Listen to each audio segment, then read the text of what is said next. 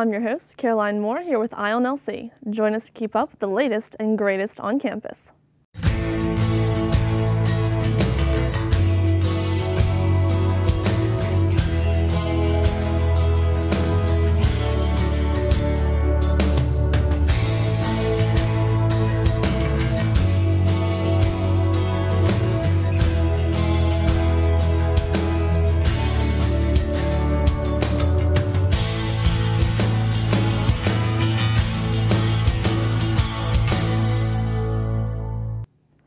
Hello everyone, thanks for joining us.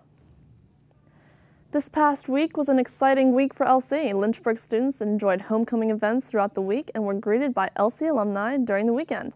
Events like football, lip syncing, and the homecoming parade filled the week. Hello, my name is Emmanuel Scotland from Eye on LC, and right here I'm here right now with Justin. Justin, how you doing today? Good, how are you? I'm doing pretty well. Okay, so how many people are going to be in the parade today?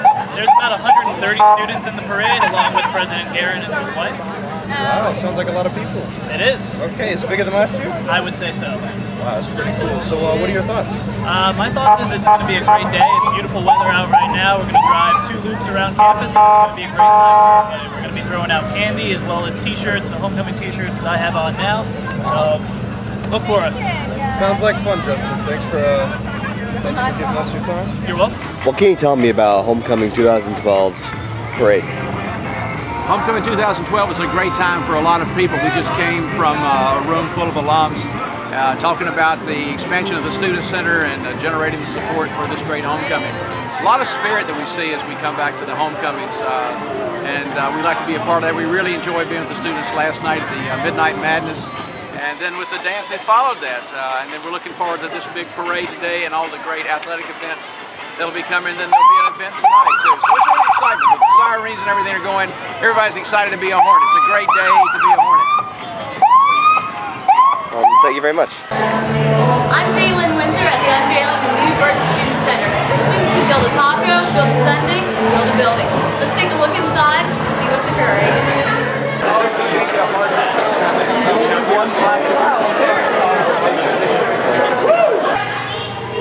What can you tell me about the Kickstarter event here for the new Student Center?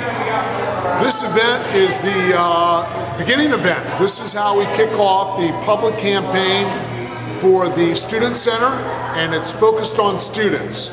So it's the first of 4 events that will occur over the next 2 weeks. And we figured what a better group to start with than our very own students. What can you tell me about the changes that are going to be made to the Student Center itself? Well, this particular area that you're in right now isn't going to change dramatically, except for the fact that that particular wall underneath the lower roof is going to get blown out. And that will lead you into a square footage size about as big as this area, 3 floors. This floor, 1 floor down, and then a new floor. And what are you expecting for the first Kickstarter night? How many students do you think are going to come? Oh my gosh, well, you know, you never can tell. I try to be an optimist. Our goal is we have 1,000 t-shirts, and our goal is that students will buy these t-shirts and that all the proceeds from these t-shirts will go toward the Student Center. If we do that, we'll be contributing close to $15,000 toward the total price tag of this particular building. So, if we can get 1,000 students in here tonight, that'd be great. If we can't, we're going to go on the road and we're going to keep working until we get it.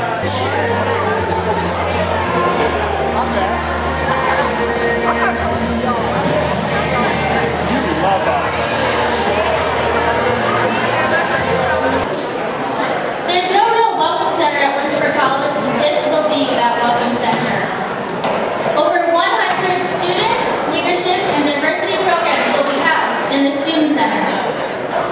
Anyone who has been in the closet we call the Student Activities Office will agree with me that we need a place to house these organizations. And how do you think this will benefit Lynchburg College? It'll benefit Lynchburg College because I think it'll represent the excellence that our students strive for in 4 areas: leadership, diversity, wellness, and service. We excel in all of these places, and this student center is going to give us a place to showcase it. Glad to hear. And do you see this becoming the new student hangout spot?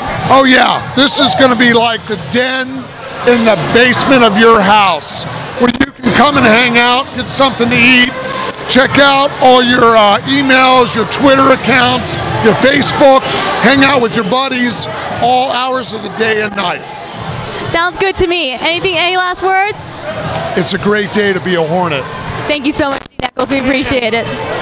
We are Lynchburg. Lynchburg College, everybody. What do we do? Oh shit. Watch this game.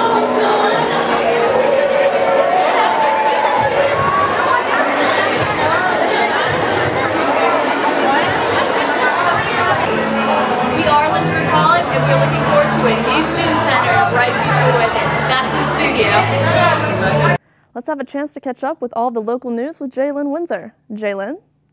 Thanks, Caroline. Local mortician Patrick Hubble led the second annual Zombie Walk downtown this year. This walk raised over 540 pounds of canned food this year and has become very popular, with competitions such as Most Authentic Zombie. Check it out next year because, remember, even the dead hate to go hungry.